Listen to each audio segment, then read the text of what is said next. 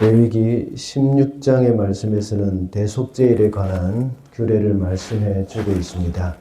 어제 우리가 살펴본 1절부터 10절까지의 말씀은 대속죄일의 전반적인 부분에 관한 말씀을 하고 있습니다. 대속죄일은 이스라엘 민족 전체의 절기이긴 하지만 또 이스라엘 백성 전체의 정결법에 속하는 것이라고도 할 수가 있습니다. 대속죄일은 1년 중에 7월 10일에 일곱째 달 열째 날에 이루어지는데, 이날은 대제사장이 거룩한 곳 하나님 앞에 나아가는 그런 이 날이죠. 그것이 바로 지성소로 나아가는 날입니다. 우리가 주님 앞에 나아갈 때는 함부로 나아가서는 안 된다고 했고, 또 하나님의 방법대로, 그리고 대속의 제물이 있어야 한다고 했습니다. 오늘 본문에서는 계속해서 대속죄일 규례를 말씀을 하고 있습니다. 오늘은 대제사장과 성막을 위한 속죄 절차를 설명하고, 또 제사장도 죄가 있는 인간이기 때문에 그 죄를 속해야 합니다. 그리고 부정한 백성들을 위해서도 또 속죄를 해야 하고, 백성으로 인해서 성막도 역시 부정해졌기 때문에 성소와 지성소도 성결하게 해야 합니다.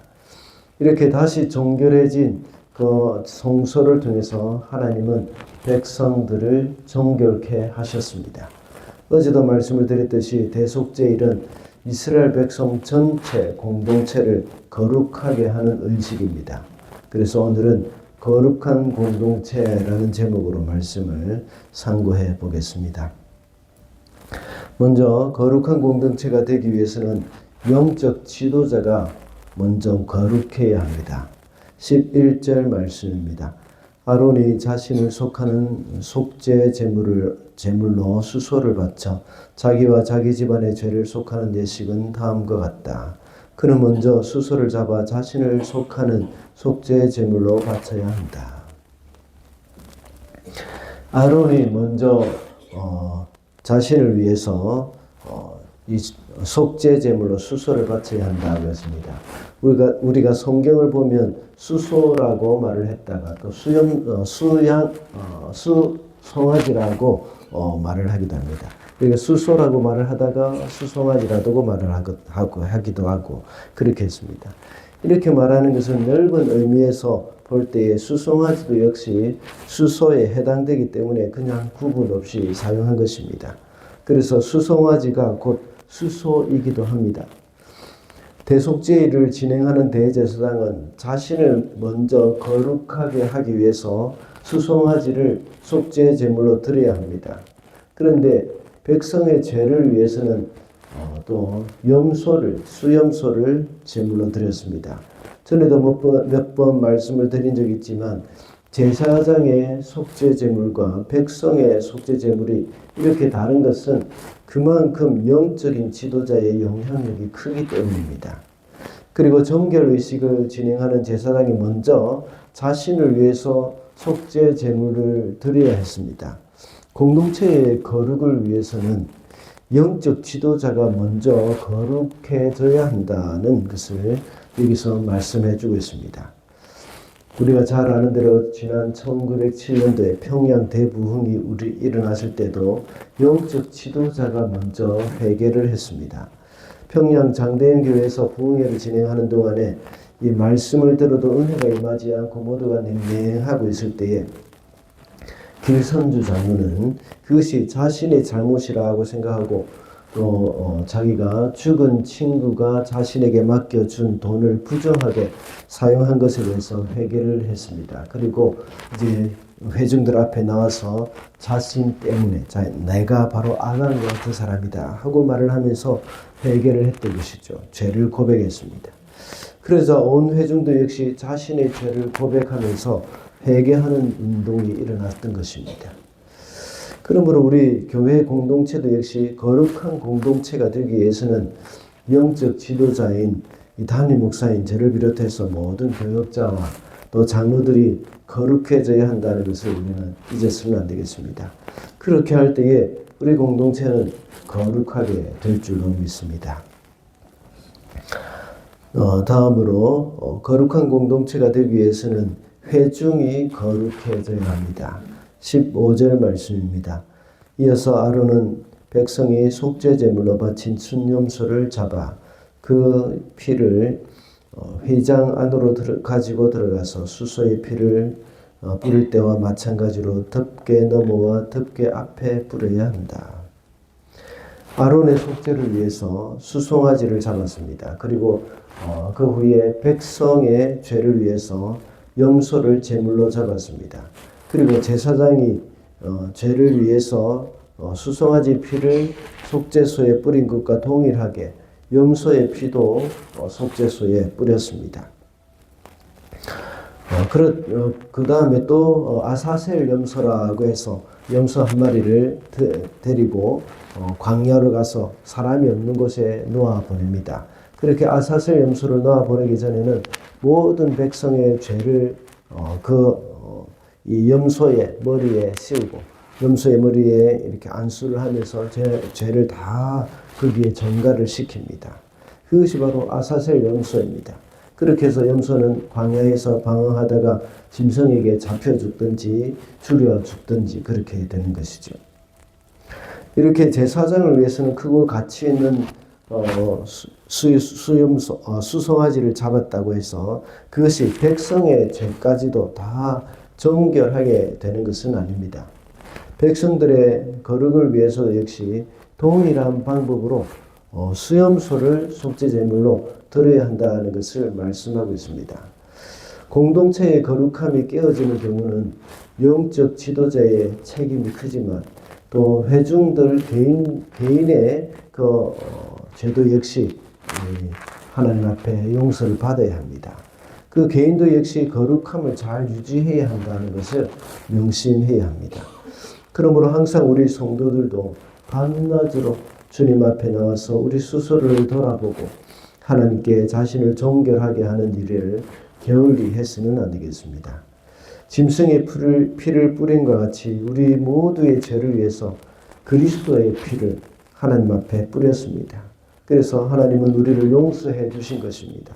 그와 같이 이스라엘 백성들이 출애굽할 때 6월절 어린 양의 피를 문설주와 임방에 바른 것도 역시 하나님이 그 피를 보시고 그 집을 넘어가신 것입니다.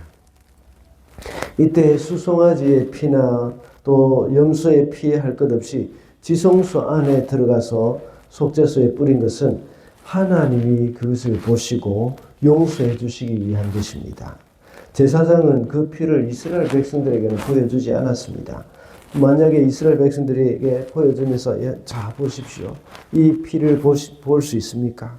이제 이 피를 보고 확신이 옵니까? 하고 이렇게 본 것이 아닙니다. 제사장은 이 피를 가지고 백성들에게 보여준 것이 아니라 하나님 앞에 섰습니다. 이와 같이 하나님이 우리에게 주신 그 구원, 그것은 하나님이 우리를 구원하신 것은 우리의 확신과는 상관없이 그저 예수 그리스도의 십자가에서 흘리신 그 피를 보고 우리를 용서해 주신 것입니다. 우리의 거룩함과 우리의 구원은 나의 어떤 확신이나 우리의 행위에 있지 않고 오직 그리스도의 공로에 있다는 것을 우리가 여기서 교훈을 얻을 수가 있고 또 우리는 이것을 늘 기억하면서 그리스도의 공로를 의지하고 주님 앞에 나아가야 하겠습니다. 마지막으로 거룩한 공동체가 되기 위해서는 제단이 거룩해야 합니다. 18절과 19절입니다. 성소 안에서 치르는 예식이 끝나면 아론은 주 앞에 있는 제단으로 나아가서 그 제단을 성결하게 하는 예식을 올리고 잡은 수소의 피와 순염소의 피를 받아다가 제단불에 돌아가면서 발라야 한다. 그리고 그는 그 피를 자기 손가락으로 찍어 제단 위에 7번 뿌려서 부정하게 된 이스라엘 자손 때문에 같이 부정하게 된 제단을 정하게 하고 거룩하게 하여야 한다. 대제사장은 수송아지의 피를 먼저 지성소와 성소에 뿌리고 다시 나와서 수염소를 잡고 그 피를 가지고 다시 지성소로 들어가서 속죄소에 뿌립니다. 그리고 성소에도 역시 그 피를 뿌려서 정결하게 했습니다. 그리고 나서 제단으로 나와서 수송아지의 피와 수염소의 피를 제단 뿔에 바릅니다. 그리고 손가락으로 그 피를 그 위에 7번 뿌려라고 했습니다. 그런 다음에 제단도 역시 정결하게 합니다. 제단을 거룩하게 해야 할 이유가 뭐겠습니까? 그것은 백성이 부정한 일을 저질렀기 때문이라고 말합니다. 부정한 채로 성막을 오고 가고 지나다녔기 때문이라고 말씀하고 있습니다. 그래서 제단뿐만 아니라 성소와 지성소까지도 거룩하게 해야 합니다. 이스라엘 백성이 지은 죄는 그 성소와 제단까지도 영향을 미친다는 것을 알 수가 있습니다. 우리가 죄를 지은 채로 하나님께 드리는 예배 드리는 그 제단으로 나아올 수는 없습니다. 반드시 하나님 앞에 그 죄를 용서받고 나와서 하나님 앞에 예배를 드려야 하는 겁니다. 정말 감사하게도 우리는 주님 앞에 나올 때마다 짐승을 잡아서 피를 뿌리지 않아도 되는 그런 이제 시대가 됐습니다. 이제 우리는 그리스도의 공로로 하나님께 나아올 수가 있게 되었습니다. 다만 하나님께서 우리에게 원하시는 것은 우리 마음 가운데 지은 죄에 대해서 애통하는 마음을 원하시는 겁니다. 또한 우리가 주님 앞에 나와서 제단 앞에 제물을 드리기 전에 혹시 내 형제에게 원망 들을 만한 일이 있는 줄로 생각나거든 그것을 제단 밑에 놔두고 이제 가서 먼저 사과를 하고 하나님 앞에 나오라고 말씀하고 있습니다. 우리가 죄를 지은 것에 대해서 애통하고 먼저 하나님 앞에 그 문제를 해결하고 주님 앞에 예배를 드릴 때에 하나님께서는 그것을 기뻐 받으시고 그 예배를 흠향하신다는 것을 우리는 기억해야겠습니다. 이 땅의 죄를 가지고 애통하면서 마치 또한 내 죄뿐만 아니라 이 땅의 사람들이 가지고 있는 그 죄까지도 내 죄인 양 애통하는 그런 마음, 이것도 역시 하나님께서는 원하시는 마음입니다. 왜냐하면 우리는 이 땅에 대한 제사장들이고 또 우리 각 가정의 제사장이기도 하기 때문입니다. 이것이 바로 우리의 제단을 거룩하게 하는 방법이라고 할 수가 있습니다. 말씀을 맺겠습니다. 오늘은 거룩한 공동체라는 제목으로 말씀을 살펴봤습니다. 거룩한 공동체가 되기 위해서 영적 지도자가 먼저 거룩해야 한다고 했습니다. 그리고 온 회중이 거룩해야 하고 제단이 거룩해야 한다고 했습니다. 오늘도 거룩한 삶을 통해서 하나님을 기쁘시게 해드리는 저와 여러분이 되시기를 바랍니다.